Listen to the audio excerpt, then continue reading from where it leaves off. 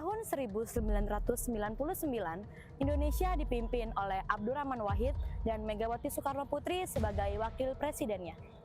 Kedua tokoh ini membentuk sebuah kabinet baru yang bernama Kabinet Persatuan Nasional dengan masa bakti 29 Oktober 1999 sampai dengan 23 Juli 2001.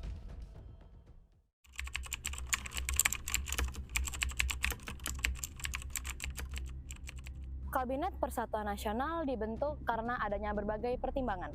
Yang pertama adalah untuk mengakomodasi kekuatan politik. Kabinet ini terdiri dari gabungan beberapa partai politik dan juga kelompok profesional untuk menjaga stabilitas politik pasca Orde Baru. Yang kedua adalah pemulihan ekonomi.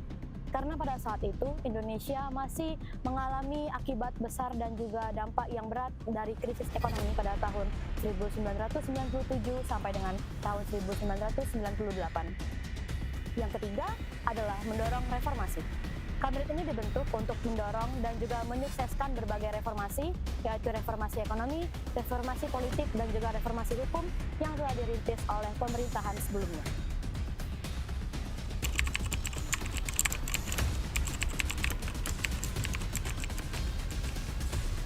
Susunan Kabinet. Kabinet Persatuan Nasional Gus Dur terdiri dari 35 menteri.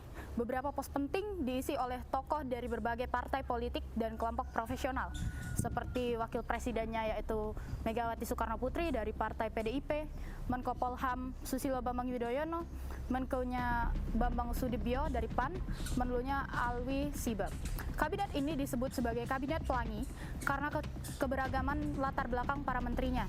Namun, justru keberagaman ini menjadi sumber konflik akibat ketidakselarasan visi di antara menteri. Yang kedua, kebijakan utama. Ada desentralisasi dan otonomi daerah. Pemerintah mulai menerapkan otonomi daerah berdasarkan Undang-Undang Nomor 22 Tahun 1999, memberikan kewenangan lebih besar kepada daerah untuk mengelola urusannya. Yang kedua, ada reformasi hukum dan HAM, memperkuat pemberantasan korupsi, dan membentuk komisi penyelidik tindak korupsi, meskipun efektivitasnya dipertanyakan. Yang ketiga, ada pemulihan ekonomi, melanjutkan kerjasama dengan IMF untuk memperbaiki stabilitas ekonomi, dan menyelesaikan masalah utang negara. Yang keempat, ada mendorong rekonsiliasi nasional. Gus Dur berusaha menjalin rekonsiliasi dengan berbagai kelompok, termasuk kalangan minoritas dan wilayah konflik seperti Aceh dan Papua.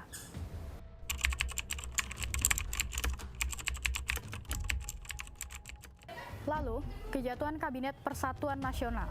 Kejatuhan kabinet ini berkaitan erat dengan konflik politik dan krisis kepemimpinan yang terjadi selama pemerintahan Abdurrahman Wahid. Berikut adalah faktor-faktor utama. Yang pertama, itu ada ketidakstabilan politik. Yang kedua, kebijakan kontroversial. Yang ketiga, kasus Blue GT dan Brunei GT. Yang keempat, mosi tidak percaya dari DPR. Dan yang kelima, sidang istimewa MPR. Kabinet Persatuan Nasional pada era Abdurrahman Wahid mencerminkan tentang bagaimana membentuk sebuah pemerintahan yang inklusif di tengah transisi demokrasi.